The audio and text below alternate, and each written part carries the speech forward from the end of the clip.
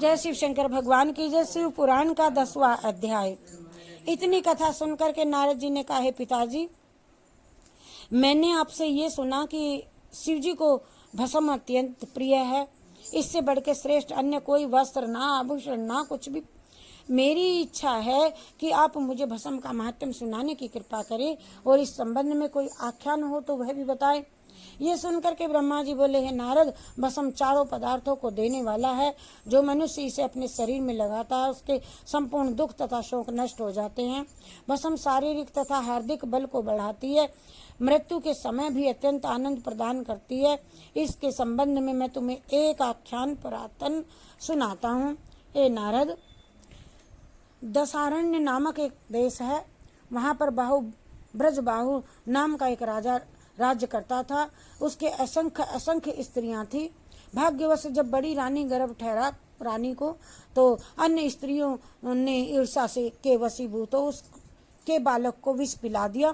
यद्यपि उसे बहुत कष्ट उठाने पड़े, परंतु उपचार होने पर फिर वह ठीक हो गई। उस विष ने भी उसके अंदर पहुंच करके कोई हानि नहीं पहुंचाई और नियत समय पर उसने वह उस सुंदर बालक को जन्म दे दिया। ये देख करके उसकी सोतों को तो और भी ईर्ष्यादायक होने लगी, परंतु विष के प्रभाव से नवजात शिशु हर समय रोता रहता था जहर की। तब रानी के पुत्र के जन्म के उपरांत अत्यंत व्याकुल होने लगी। कैसे रोता है।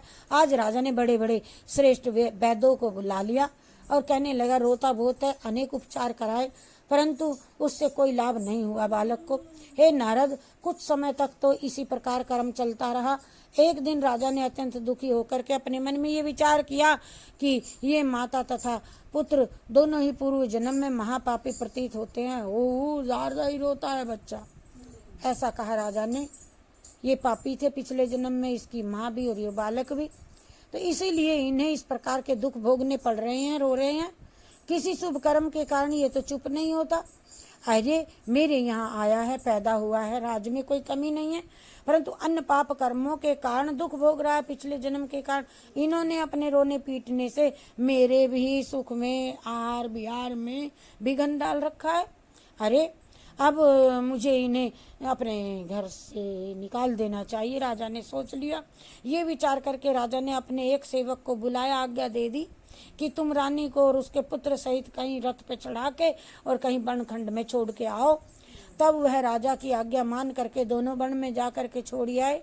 वहाँ रानी अपने पुत्र के साथ भूखी प्यासी अत्यंत व्याकुल हो भ्रमण करने लगी। वन में उसे एक पगडंडी दिखाई दी। उसी पर चढ़ती हुई एक अन्य नगर में पहुंच गई। उस नगर में पद्माकर नामक एक वेश्य राजा रहा करता था। उस राजा की दासी ने जब उस रानी को देखा तो वह अपने हृदय में अत्यंत चिंतित हुए और अत्यंत चिंतित हुई। तदुपरांत वह उस पर कृपा करके राजा पद्माकर के पास ले गई। पद्माकर ने जब रानी को दुखी देखा तो उसके मुख से संपूर्ण वृत्तांत सुना उसका, तो दया करके उसने मुख्य मंदिर में ठहरा दिया। माता के समान समझा उसको और उसकी अत्यंत सेवा भी करने लगा। हे नारद, पद्माकर उसे श्रेष्ठ भोजन से सदैव प्रसन्न रखता था, उपचार करता था उसका और उससे श्रेष्ठ वैद्यों के भी प्रबंध करा दिया। परंतु इतना सब होने पर भी रानी का बालक को कोई लाभ नहीं हुआ पहुंचा। तब कुछ दिन जीवित रहने के पश्चात वह विष के प्रभाव से उस बालक की समय आने पर मृत्यु हो गई। उस समय रानी ने अत्यंत विलाप किया। यद्यपि अन्य स्त्रियों ने उसे बहुत बहुत सांत्वना दी, समझाई, परंतु वह किसी प्रकार भी धैर्य न धर सकी और अपने पुत्र की याद में वह अत्यंत शोक करने लगी। उसी समय भाग्यवश ऋषि नामक शिव जी का एक भगत वहां आ पहुंचा। उसने भी रानी को बहुत प्रकार से समझाते हुए धीरज बंधाया।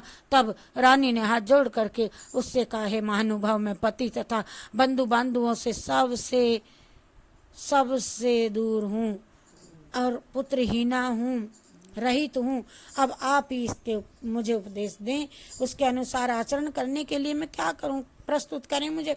हे नारद, ये सुन करके ऋषि ने उस मृतक लड़के के समीप पहुँच करके, जिसे कि रानी ने अब तक फेंकने नहीं दिया था, चिपटाई बैठी थी अपने मरे हुए को। शिव जी के मंत्र का पाठ किया और वह तुरंत ही जीवित हो गया, उठ बैठा। इस आश्चर्य को देखकर सब लोग चकित रह गए और उस समय पद्माकर रानी अन्य राजकुलीन व्यक्तियों को जो प्रसन्नता हुई उसका वर्णन यहाँ नहीं किया जा सकता। रानी ने अत्यंत आनंद में भर करके बालक को गोद में उठाया और उस योगी के चरणों में अपना मस्तक रख दिया और उस समय ऋषि ने अत्यंत कृपा करके उस बालक के संपूर्ण शरीर में भस्म लगा दी।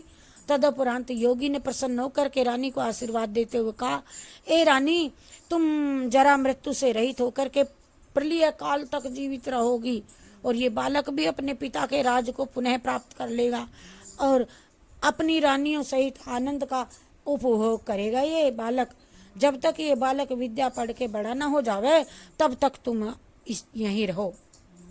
माता को कहे नारद।